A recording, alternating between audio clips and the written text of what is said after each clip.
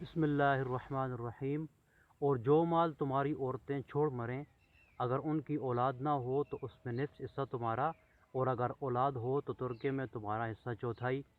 لیکن یہ تقسیم وصیت کی تکمیل کے بعد جو انہوں نے کی ہو یا قرض کے ادا ہونے کے بعد جو ان کے ذمے ہو کی جائے گی۔ اور جو مال تم مرد چھوڑ مرو، اگر تمہاری اولاد نہ ہو تو تمہاری عورتوں کا اس میں چوتھا حصہ، اور اگر اولاد ہو تو ان کا آٹھواں حصہ۔ یہ حصے تمہاری وصیت کے تکمیل کے بعد جو تم نے کی ہو اور ادائے قرض کے بعد تقسیم کیے جائیں گے۔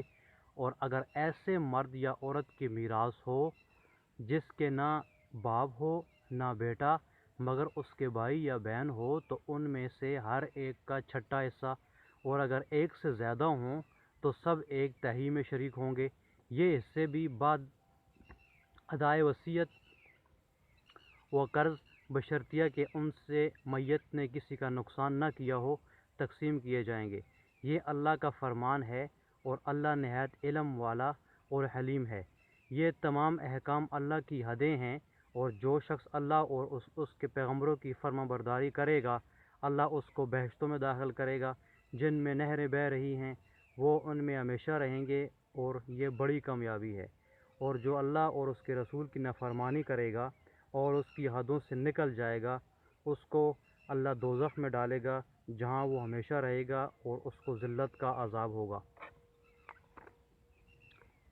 مسلمانوں، تمہاری عورتوں میں جو بدکاری کا ارتکاب کر بیٹھیں ان پر اپنے لوگوں میں سے 4 شخصوں کی شہادت لو۔